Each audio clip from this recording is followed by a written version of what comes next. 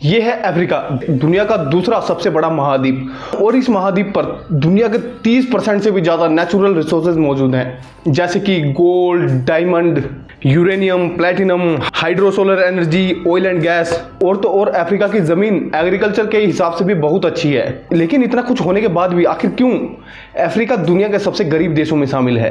Africa की 40% से ज़्यादा पॉपुलेशन आज भी स्थित गरीबी में जी रही है, पर ऐसा क्यों है? देखिए, अफ्रीका आज इस सिचुएशन में है तो उसके पीछे कोई स्पेसिफिक रीजन नहीं है। अगर शुरुआत से देखें तो वेस्टर्न कंट्रीज का एक बहुत बड़ा रोल रहा है इन्हें इस सिचुएशन तक लाने में। अफ्रीका लगभग 100 सालों से ब्रिटिश और फ्रेंच एम्पायर का एक हिस्सा रहा है और इन कंट्रीज ने अपने खुद के फायदे के लिए अफ्रीका के नेचुरल रिसोर्सेज को एक्सप्लॉइट किया है। 19th सेंचुरी में अफ्रीका से फिजिकली स्ट्रॉन्ग पीपल को गुलाम बनाकर यूरोपियन कंट्री में ले जाया जाता था। इसके साथ ही अफ्रीका के गोल्ड और डायमंड के रिसोर्सेज को हासिल करने के लिए लाखों की संख्या में अफ्रीकन लोगों को गुलाम बनाया गया।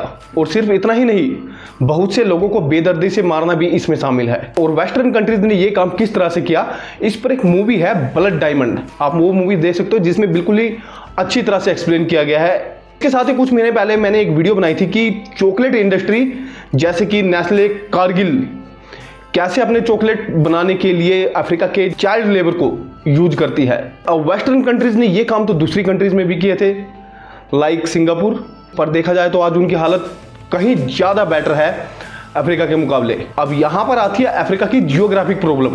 देखिए, किसी भी कंट्रीज के लिए कोस्ट लाइन बहुत ज़्यादा इंपॉर्टेंट होता है क्योंकि 80% ट्रेड उसी से होता है। अब मैप को देखें तो अफ्रीका की पूरी जमीन ही समुद्र से लगी हुई दिखाई दे रही है, पर यह कोस्ट लाइन इस काबिल है ही नहीं कि यहाँ पर कोई भी पोर्ट बनाया जा सके, इसीलिए इसका थोड़ा सा हिस्सा ही पोर्ट के लिए यूजफुल है। इसके अलावा अफ्रीका की रिवर नील के अलावा ऐसी कोई रिवर है ही नहीं अफ्रीका में जहां पर बड़े कार्गो शिप चल सके, और इन्हीं लिमिटेशन की वजह से जापान में ट्रेड करना हमेशा से मुश्किल रहा है। वैसे अफ्रीका को इसी सिचुएशन में लाने के लिए पायरेट्स का भी बहुत बड़ा योगदान रहा है। हॉर्न ऑफ अफ्रीका का ये एरिया कार्गो और कमर्शियल शिप के लिए दुनिया के सबसे खतरनाक रास्तों में से एक है, क्योंकि यहाँ पर आपको मिलेंगे सोमालियन पायरेट्स, जिनके ऊपर हाल ही में अभी एक इंडियन मूवी आई है लुटेरे। सेम हाल वेस्टर्न अफ्रीका का भी है, वहां पर पायरेट्स कब्जा जमाए बैठे हैं और यही कारण है कि ज्यादातर कंट्रीज इन रूट्स को अवॉइड करती है।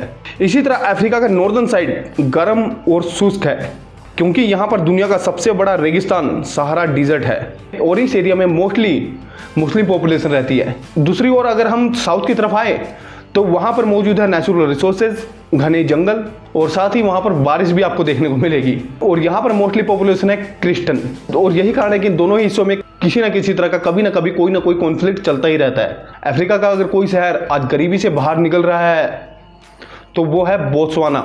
हाल फिलहाल अफ्रीका के बाकी जो स्टेट्स हैं उन्हें सीखना चाहिए कि बोत्सवाना कैसे तरक्की कर रहा है, क्योंकि बाहर से आपकी सिचुएशन सुधारने के लिए कोई नहीं आएगा। जो करना है आपको खुद करना पड़ेगा, इंटरनली करना पड़ेगा।